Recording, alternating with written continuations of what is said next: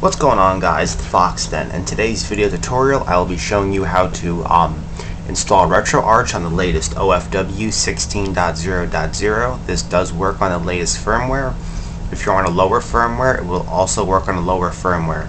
So go ahead in the description below, go grab the link, download the link, extract the archive, and you're all set, ready to go. Let's go to where you have your file stored. Okay, so I went ahead and I downloaded the pack right here. Just right click, press extract here, extracts the file. I can't open this up, but you need to open this up and read it. Okay, so this takes about 10 to 15 minutes to copy over. There's a ton of files in here, like a lot. You need about 2 or 3 gigabytes of free space for the pack. So what you need to do is you want to see where the folder is, so just copy and paste and override. If you have never installed it before, then you don't need to copy and paste and override. This goes on the root. Anytime if you see anybody's videos and they talk about the root, it's the main directory here. So like technically that's on the root, that's on the root, and that's on the root. Okay? So what you do is just go ahead and copy the retroarch folder and paste it on the root. And it's going to take about 10 to 15 minutes to copy over. So I'll be back when this is done, okay?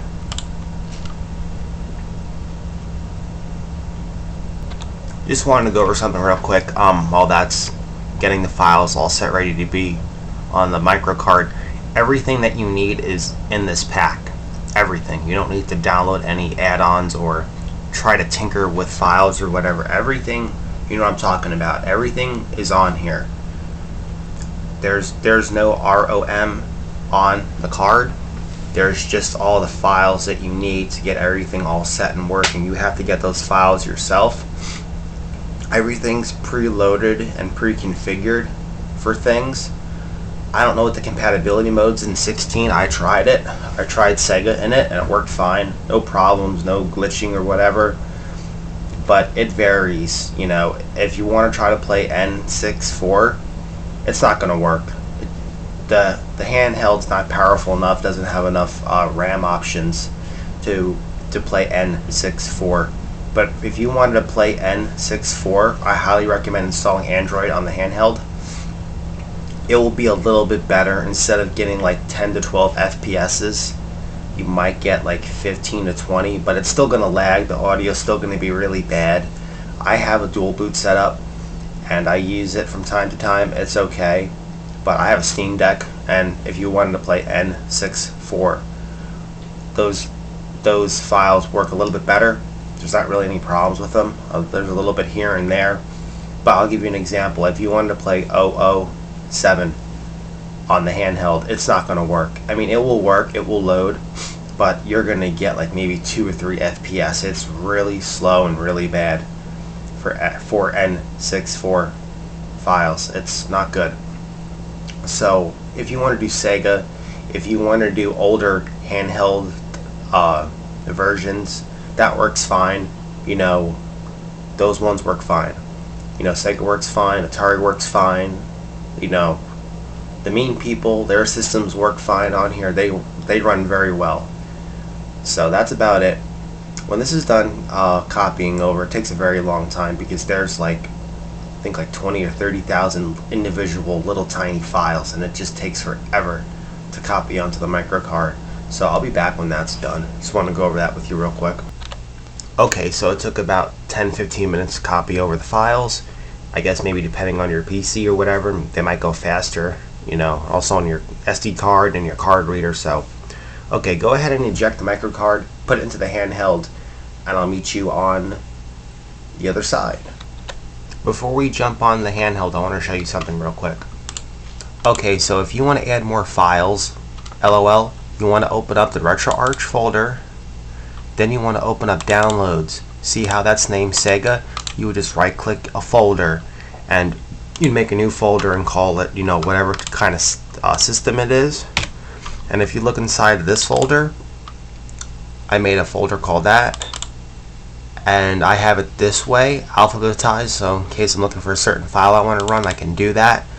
You can sometimes use bin files, you can use RAR files, zip files. It all depends on, some of them will work zipped, some of them will work RAR, and some of them will only work unextracted or bin in queue.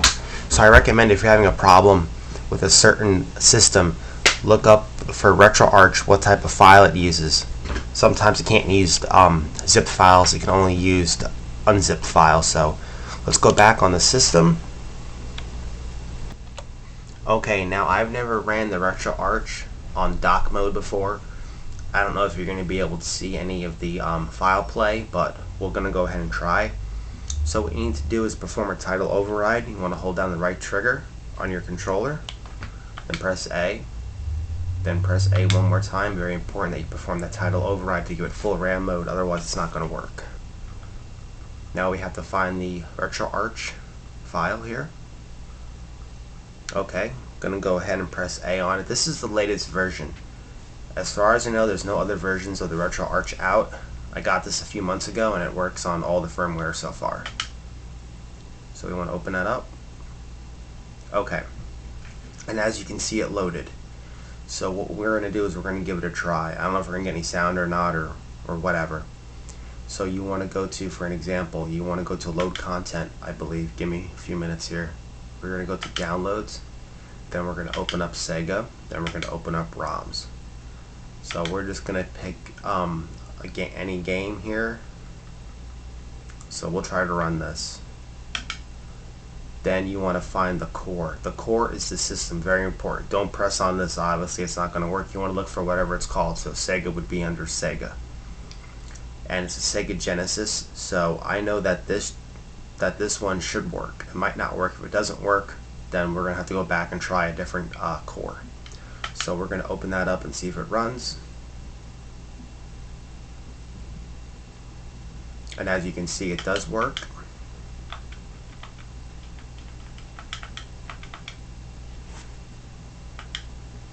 I don't know if you're getting sound or not. I might have the Elgato muted. We're not going to play the game. I'll just show you what the game looks like a little bit. And right now I'm using a controller so I can do the video and everything. You can switch between like 3 characters or whatever. I played this a very long time ago. You can also map the controller and stuff. I'm not really going to go into detail on how to do that because I'll be here all day going over this, but I got the hard part done for you. It has the pre-configured files you need to run certain systems. You know what those are. It begins with a B and it ends in an S. Those files are included in the pack. Hope this guide helps you out. Like and subscribe to the Fox Den, and I'll catch you in the next video tutorial.